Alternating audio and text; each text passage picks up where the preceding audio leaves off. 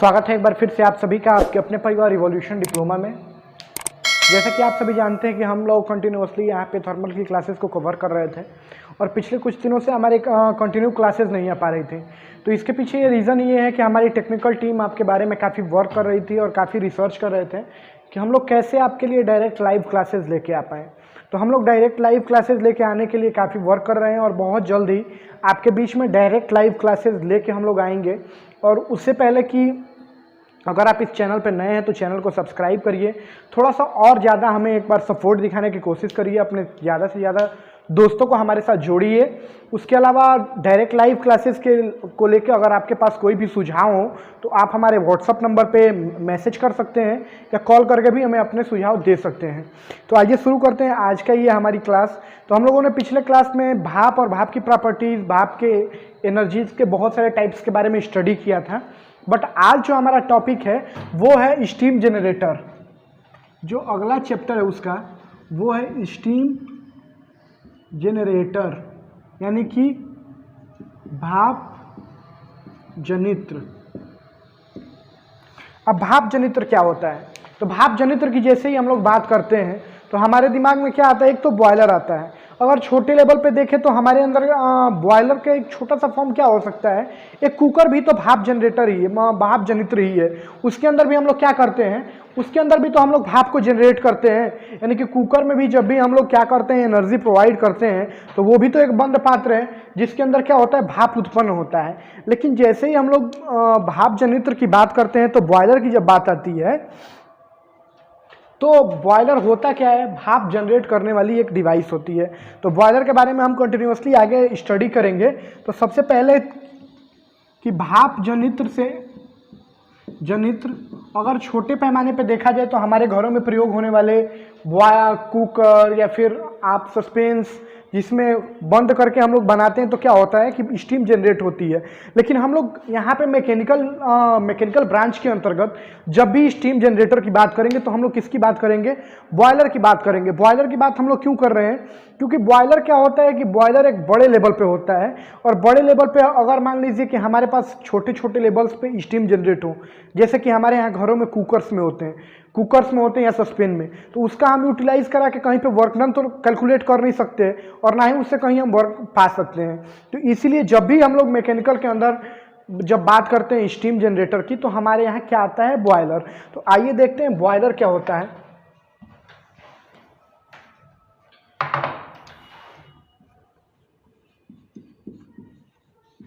Boiler. अब boiler होता क्या है? बॉयलर से मतलब क्या है कि वो भी एक बंद पात्र ही है जिसके अंदर क्या हो रहा है? स्टीम जनरेट हो रही है। लेकिन कितनी हो रही है? इसकी क्षमता क्या होनी चाहिए? जो भी बॉयलर होना चाहिए उसके पानी की क्षमता 10 गैलन होनी चाहिए। 10 गैलन पानी का या इससे अधिक होनी चाहिए। मिनिमम कितना होना चाहिए? 10 गैलन पानी उसके अंदर क्या हो? स्टोर हो। और उसके बाद से इसकी जो इफिशियंसी है वो उसके बाद से जब इसकी स्टीम जनरेट हो तो 2/3 इसके अंदर पानी होता है और 1/3 भाग पे क्या होता है? उसके अंदर क्या होता है? वाष्प भरा होता है। वाष्प के लिए 1/3 जगह छोड़ देते हैं और 2/3 भाग में क्या करते हैं? पानी भरा हुआ होता है। तो वो होता है आपका स्टीम जनरेटर यानी कि बॉयलर। तो बॉयलर की डिफिनीशन सबसे पहले हम लोग आज नोट करेंगे कि बॉयलर क्या है? वह बंद पात्र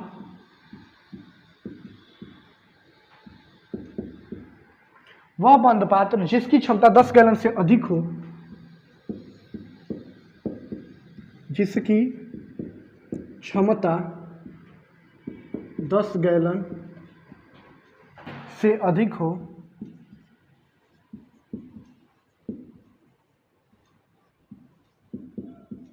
दस गैलन से क्या हो? अधिक हो, एवं उसका उपयोग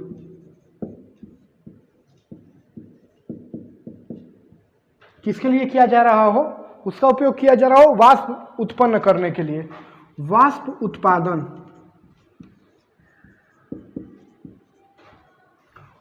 उत्पादन के लिए किया जा रहा हो तो उसे बॉयलर कहते हैं।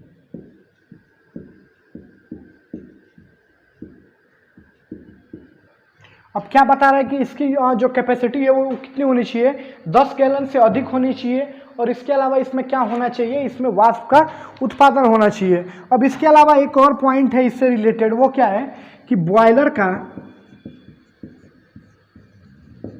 2/3 भाग जल से भरा होता है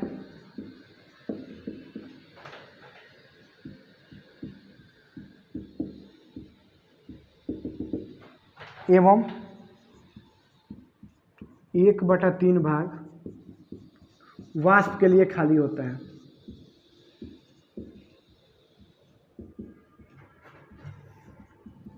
खाली होता है।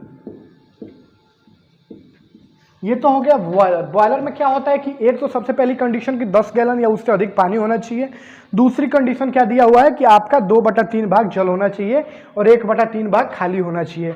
अब इसके अलावा जो भी हम बॉयलर लेते हैं तो उसके जो इम्पोर्टेंट एक्सेसरीज हैं या माउंटिंग्स हैं वो क्या क्या होती है कि बॉयलर को, एक बॉयलर के लिए सबसे इम्पोर्टेंट चीज़ क्या होती है। तो बॉयलर के लिए देखेंगे सबसे इम्पोर्टेंट चीज़ क्या होती है।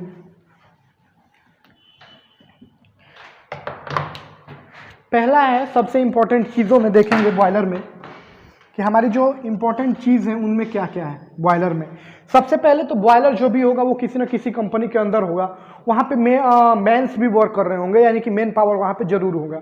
तो सबसे पहला फैक्टर क्या होगा कि वहाँ पे सुरक्षा का सवाल उठता है, सुरक्षा वॉल्व यानी कि सेफ्टी वॉल्व।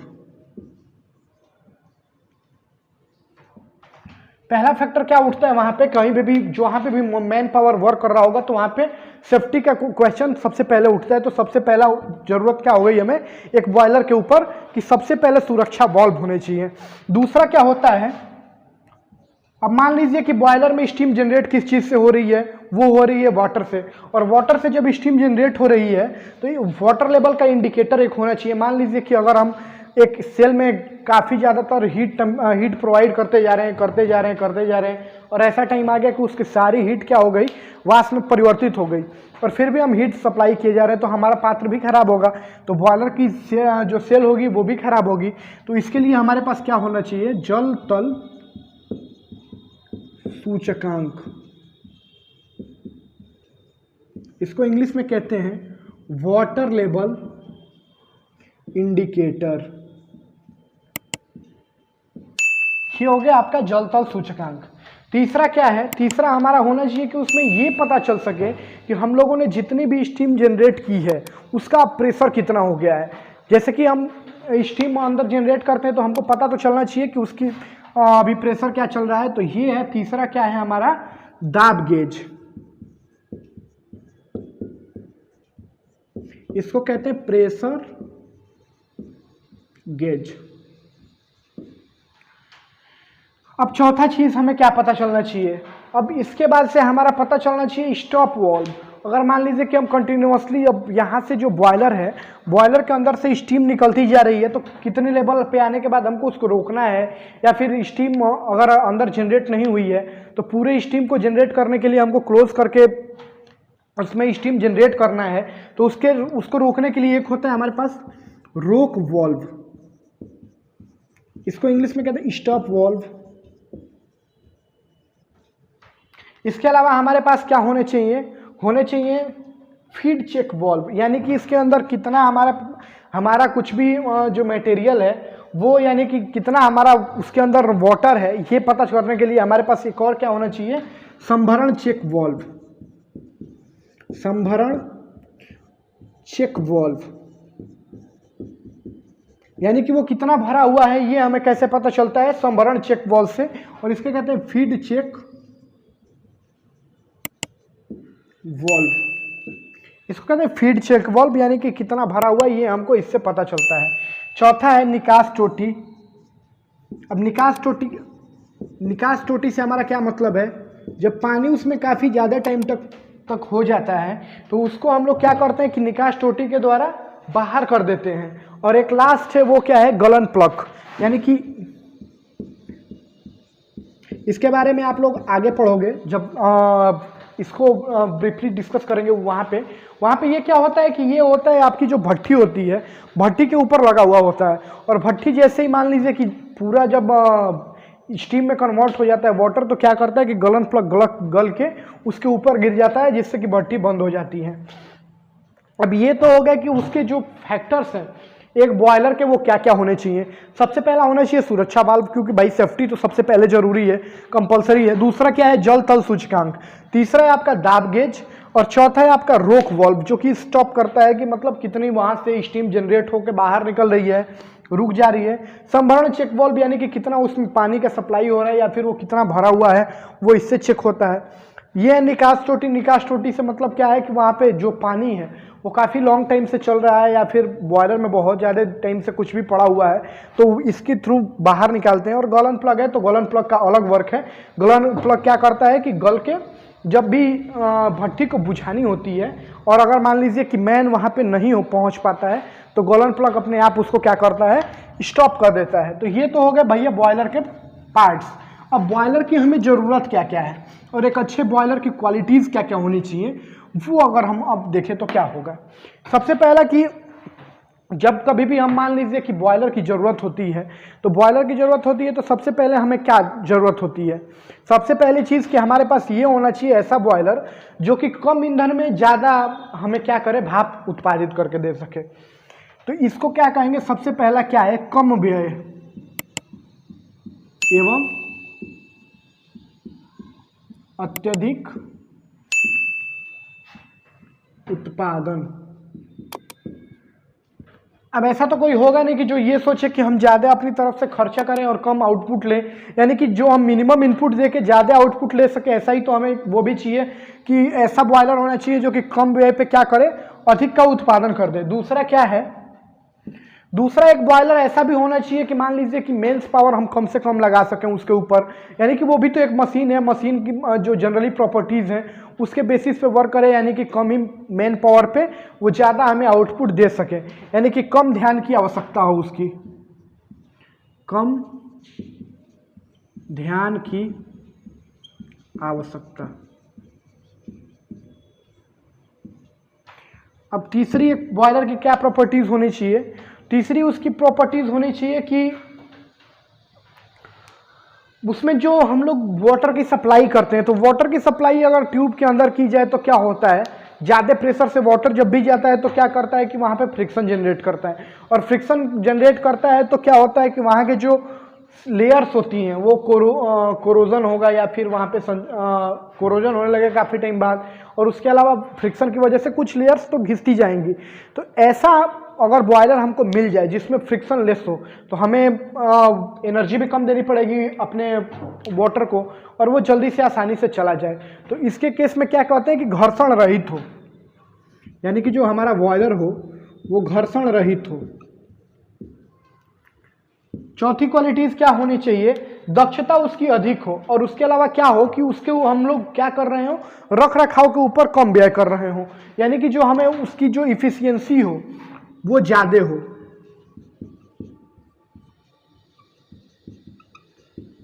दक्षता अधिक हो एवं रख रखाव कम हो। ये तो हो गया हमारा चौथी प्रॉपर्टी। इसके अलावा पांचवी जो हमारी प्रॉपर्टी होती है कि अगर हम मान लीजिए कि इस बॉयलर को कहीं पे भी फिट करा रहे हैं, तो प्रारंभिक लागत हमारे ऊपर क्या आती है, वो एक कोई ना कोई हमारे ऊपर कास्ट आता है। तो ऐसा बॉयलर मिल जाए अगर हमको कि जो इजीली कहीं पे भी स्टेबल हो जाए, कम पैसे में हो जाए, तो वो हमारे लिए तो ज़्यादा लाभकारी होगा। तो ये क्या होता है, प्रारंभिक लागत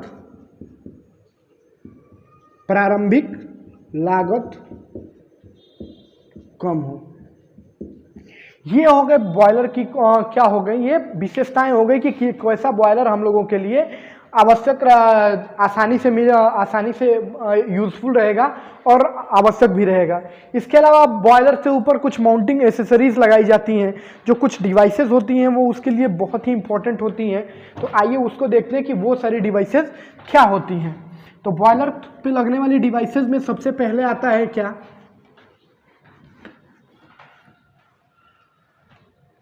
बॉयलर्स पे लगने वाली सबसे पहली डिवाइस में आएगा आपका खोल। यानी कि क्या कहते हैं इसको, सेल। अब बॉयलर की अगर हम लोग जनरली स्ट्रक्चर की बात करें तो यही तो होता है आपका बॉयलर।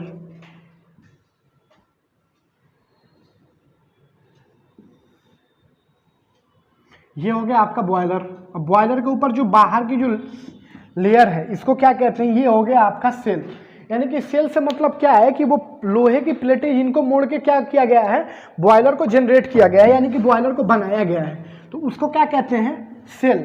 अब सेल से मतलब क्या है कि वो लोहे की खोले हैं जो इनको मोड़ करके क्या किया गया है, बॉयलर बनाया गया है। अब दूसरा चीज़ क्या है, अब बॉयलर जब भी है तो बॉयलर के अंदर क्या किया जा रहा होगा, स्टीम को जनरेट किया जा रहा होगा, और स्टीम जनरेट करने के लिए हमको क्या चाहिए, वहाँ पे फ्यूल सप्लाई चाहिए और हीट चाहिए, हीट के फॉर्म में एनर्जी चाहिए। तो हीट की एनर्जी प्रोवाइड करने के लिए हमारे पास क्या होना चाहिए, भट्ठी होनी चाहिए कहीं पे भी। यानी कि जब तक हमारे पास फर्नेस नहीं रहेगा तब तक हम क्या करेंगे, उसको कहीं से भी हीट सप्लाई नहीं कर पाएंगे और वहाँ पे स्टीम जनरेट ही नहीं होगा। तो हमको बॉयलर की दूसरी जो चीज़ चाहिए वो क्या चाहिए, हमको चाहिए भट्ठी। अब तीसरी चीज़ हमारे लिए इम्पोर्टेंट हो जाती है, वो क्या है कि नलियाँ होनी चाहिए, नलियाँ एवं हेडर्स। नलियों के बारे में जब हम लोग आगे पढ़ेंगे, स्टडी करेंगे, तो वहाँ पे हम देखेंगे water tube boiler and fire tube boiler.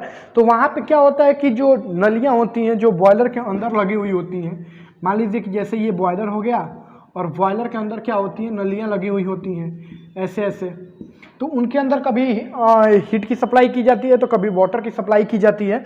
तो वो हम आगे स्टडी करेंगे कि नलियाँ होती हैं वो कहाँ पे लगी हुई होती हैं। इसके अलावा हमारे पास क्या होना चाहिए, चिमनी होनी चाहिए। अगर मान लीजिए कि भट्टी से हीट जनरेट हो रही है तो वहाँ से क्या हो रहा होगा, कुछ ना कुछ कहीं ना कहीं से निकल रहा होगा, वहाँ से जो हीट के बाद जो उसके जलने के बाद जो हीट की वेस्ट एनर्जी होगी वो कहीं ना कहीं से निकल रही होगी। तो उसके लिए हमको क्या चाहिए, चिमनियाँ चाहिए।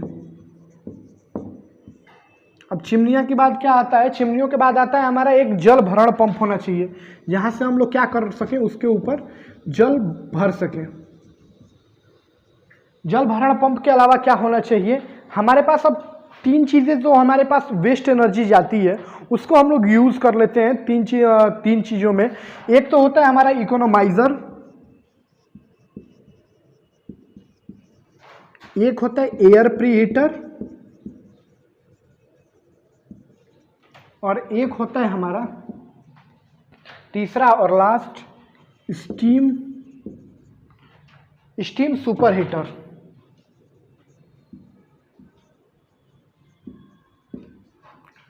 स्टीम हीटर या स्टीम सुपर हीटर, यानी कि पहला इकोनोमाइजर जो होता है, मितोपयोजक, वो क्या होता है कि बॉयलर में जो जल जाता है हमारा, जो पहले से ही पानी प्रोवाइड करते हैं, अगर मान लीजिए कि उसकी हम लोग क्या करें कि उसको ज़्यादा हीट दे के प्रोवाइड करें, यानी कि उसका पहले से ही टेम्परेचर हमारा रूम टेम्परेचर से ज़्यादा हो। यानी कि क्या हो कि जैसे मान लीजिए कि हमारे पास रूम टेम्परेचर पे अभी जो वाटर है उसका टेम्परेचर है 30 डिग्री, और हम अगर अंदर सप्लाई करें उसको पहले से ही हीट प्रोवाइड करके कर दें, यानी कि पहले से ही अंदर जो वाटर जा रहा है हमारा हो जाए 80 या 90 डिग्री सेल्सियस के आसपास, तो क्या होगा, उसको स्टीम जनरेट करने में हमें कम एनर्जी प्रोवाइड करनी होगी। तो इकोनोमाइजर जो होता है वो क्या करता है कि वेस्ट हो रही है एनर्जियों को अपने अंदर रिकवर करके जो जा रही है सेल के अंदर जो जल जा रहा है उसको हीट करता है। एयर प्री हीटर मतलब कि भट्टी के अंदर जो हवा जाती है उसको हीट करता है, और ये स्टीम सुपर हीटर का काम होता है कि स्टीम जो बॉयलर से बाहर निकल रही है उसका टेम्परेचर और भी रेज कर देना। तो आज की क्लास हमारी बस इतनी ही थी। आगे की क्लासेस में हम लोग कंटिन्यूअसली क्लासिफिकेशन को कवर करेंगे। तो अगर आप इस चैनल पर नए हैं तो इस चैनल को सब्सक्राइब करिए, अपने ज़्यादा से ज़्यादा दोस्तों के साथ शेयर करिए, और अगर आपके पास कोई सुझाव हो लाइव क्लासेस को लेकर तो आप हमें ज़रूर दे सकते हैं। Thank you so much.